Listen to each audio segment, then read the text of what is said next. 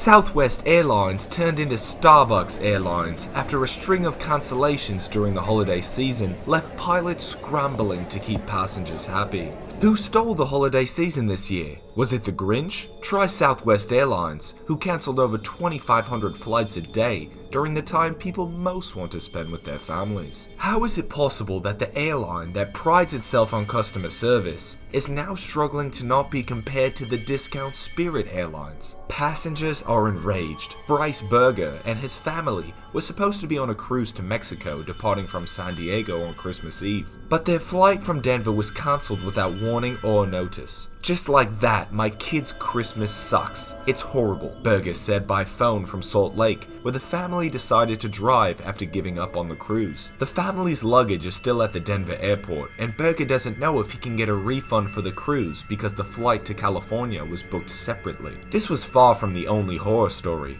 One passenger tweeted, "At the 5-hour and 32-minute mark of waiting on hold, and still haven't even been able to speak to anyone to get a flight credit or voucher or have them rebook my flight. And what's scary is the hold music has stopped playing. Just loud silence. Hashtag Southwest stole Christmas." Southwest spokesman Jay McVeigh said, "We've been chasing our tails, trying to catch up and get back to normal safely, which is our number one priority, as quickly as we could. And that's exactly how we ended up where we are today." Southwest made a statement saying it will honor reasonable requests for reimbursement for meals, hotel, and alternative transportation. Affected travelers can submit receipts for hotels and food by emailing Southwest, the company said. The problem is, passengers can't reach the airline. Many were concerned about getting to their destination on time, especially for important events and obligations. Because of this, passengers were annoyed by the difficulty in reaching customer service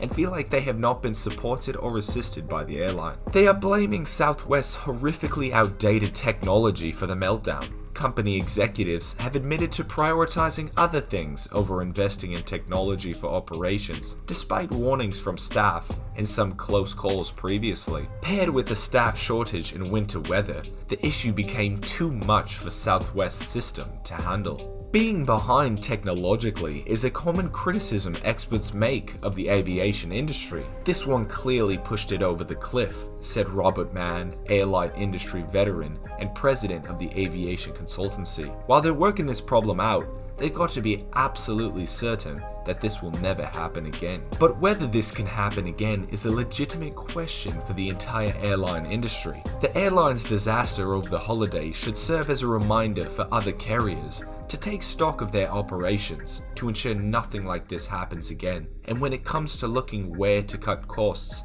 leave the technology alone. So what went wrong with the technology? There is always a backlog of updates that need to happen in the airline industry, but they get pushed aside in a system where safety and regulatory issues are paramount. It appears that this was the case for Southwest to the extreme. Unions said that they had been warning Southwest of tech inadequacies for years, and that the problem could have been avoided if the company would have invested in its own operations. Southwest had invested in some new technology, mostly customer-facing applications like self-service capabilities, as outlined in a public filing in early 2022. The filing also said that the company had deferred a significant number of technology projects during the pandemic, though it did finish the long-awaited milestone of establishing a single system for all aircraft maintenance and record-keeping. Jordan told employees in a memo obtained by CNN that the airline has a lack of tools, and there has been talk internally about the need to modernize further. The main piece of failing tech was the airline optimization software called Sky Solver, which is supposed to assign crew to flights using a complicated mathematical system. Southwest has grown beyond the capabilities of that old technology, which it began using when it was much smaller.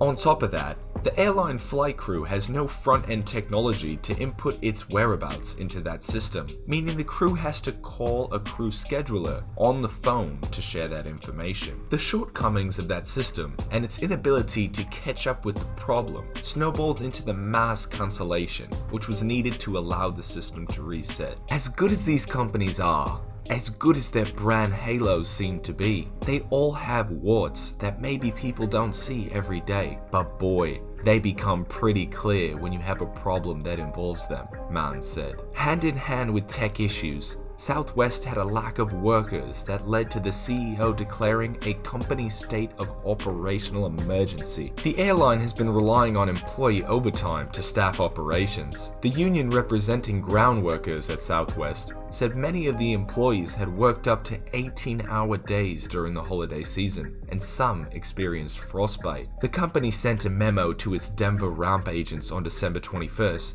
threatening their jobs if they did not comply with the operational emergency rules. Looking particularly at the memo to the Denver staff, I think it's illustrative of a serious cultural failure, Mann said. During a time when the entire industry is facing a worker shortage, he believes that approach was counteractive.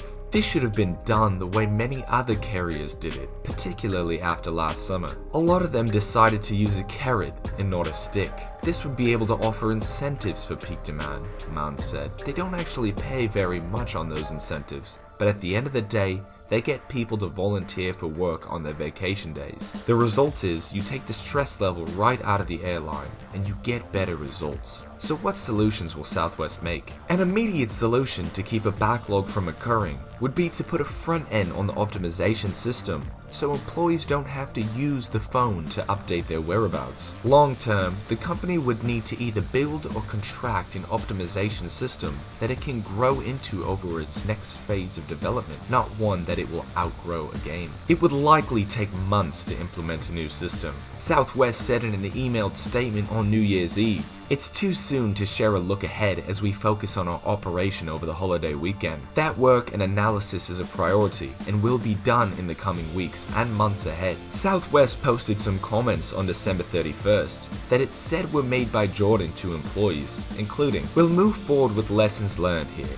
As we always do, we have plans to invest in tools and technology processes, but there will be immediate work to understand what happened. The airline will also need a plan to have more staff on hand." In response to a question about employee attraction and retention, the airline stated, "We're proud to be an employer of choice and hired more than 17,000 new employees in 2022, with more hiring planned in 2023. The federal government, including the Department of Transportation, has already said it's investigating the issue." Transportation Secretary Pete Buttigieg wrote in a letter to Southwest CEO Bob Jordan that officials will take action against the airline if it does not follow through on promises to reimburse passengers for alternative transportation costs, as well as provide meals, hotels, refunds, and baggage reunification.